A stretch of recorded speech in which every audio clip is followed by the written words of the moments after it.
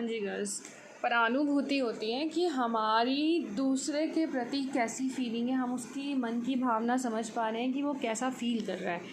ठीक है, अपने आप को उसके शूज़ में रख के देखना। फॉर एग्ज़ाम्पल, कई बार आप सोचते हो कि मैम इतना होमवर्क दे रही है, इतना काम दे रही है, कैसे चलेगा। लेकिन आप उनकी तरफ से भी सोचो कि उनको क्या ऐसा क्यों कर रहे हैं, क्या क्योंकि उनको सिलेबस कंप्लीट करना है समय पे आपकी रिवीजन करानी है ताकि आप 12th के एग्ज़ाम्स तक प्रिपेयर हो पाएँ। ठीक है, तो इसको कहते हैं एम्पैथी। कम्युनिकेशन यानी कि संप्रेषण, एक अच्छे प्रभावी ढंग से अपनी बात दूसरे तक पहुंचा पाना। इंटरपर्सनल रिलेशनशिप, हमारे आपस में संबंध कैसे हैं, वो भी जीवन कौशल का एक हिस्सा है। हमारे एक दूसरे से रिलेशंस कैसे हैं। ठीक है, एक होता है इंट्रापर्सनल, वो अपने आप के साथ रिलेशन कैसे हैं। ठीक है, हम अपने आप से बातचीत करते हैं कि नहीं। एक होता है इंटरपर्सनल रिलेशन। हमारी डिसीजन मेकिंग एबिलिटी, निर्णय लेने की क्षमता कैसी है। क्रिएटिव हैं या नहीं, हम कुछ अलग नया सोच पाते हैं। ठीक है, कई बार हमारे अलग अलग इमोशंस होते हैं, मूड स्विंग्स होते हैं। आज जॉब पे नहीं जाना, आज ये करने का मन नहीं है, तो लेकिन क्या ये सही है। तो इन सब इमोशंस के साथ डील करना हमें आना चाहिए, ये भी जीवन कौशल का एक हिस्सा है। सभी के लाइफ में स्ट्रेस होती है, उस तनाव से जूझना आना चाहिए, समस्या सुलझाना आना चाहिए, प्रॉब्लम सॉल्विंग एबिलिटी होनी चाहिए हमारे अंदर। क्रिटिकल थिंकिंग, आलोचनात्मक चिंतन भी होना चाहिए। आलोचनात्मक चिंतन मतलब बेटा किसी भी टॉपिक, किसी मुद्दे को लेके हमारी सोच, अगर हमें लगता है कि ये जो हो रहा है वो ठीक नहीं है या ठीक है, या हम उस पर अपने विचार व्यक्त करना चाहते हैं, उसकी आलोचना करना चाहते हैं, तो हम कह सकते हैं। ठीक है, आगे चलेंगे। संकल्पनात्मक मॉडल, कंसेप्चुअल मॉडल इम्पॉर्टेंट है एग्ज़ाम पॉइंट ऑफ व्यू से। ठीक है, मॉडल की पिक्चर देखो।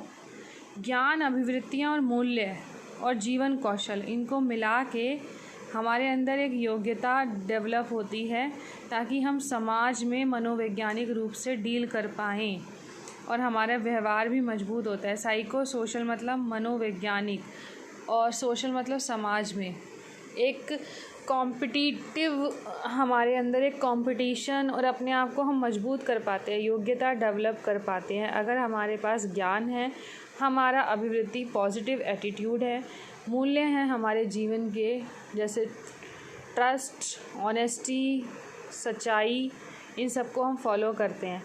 तो जब हमारे अंदर ये योग्यता डेवलप हो जाती है तो एरो दिया गया है पॉजिटिव हेल्थ पे। पॉजिटिव हेल्थ मतलब सकारात्मक स्वास्थ्य है, हमारा स्वास्थ्य अच्छा होता है। और जब हमारा पॉजिटिव हेल्थ है तो हम नकारात्मक व्यवहार की रोकथाम कर पाते हैं।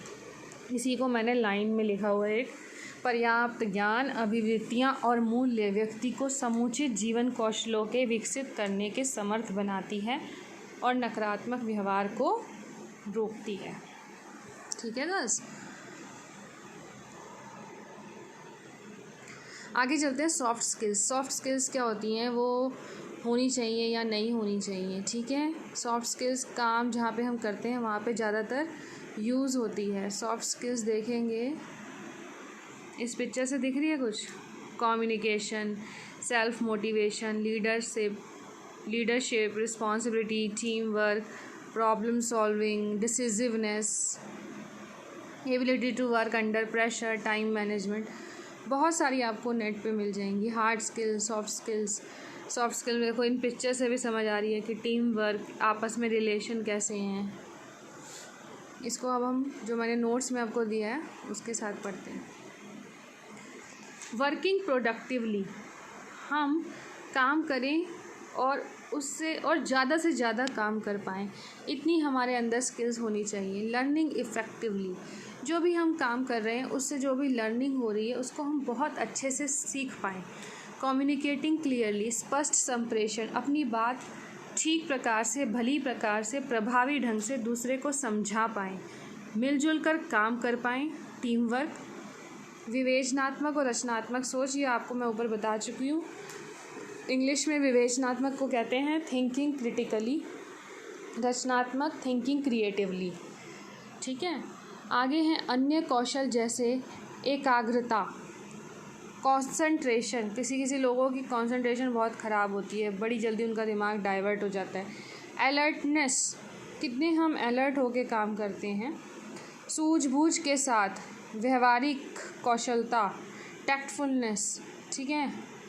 परानुभूति, एम्पैथी मैंने अभी ऊपर समझाया।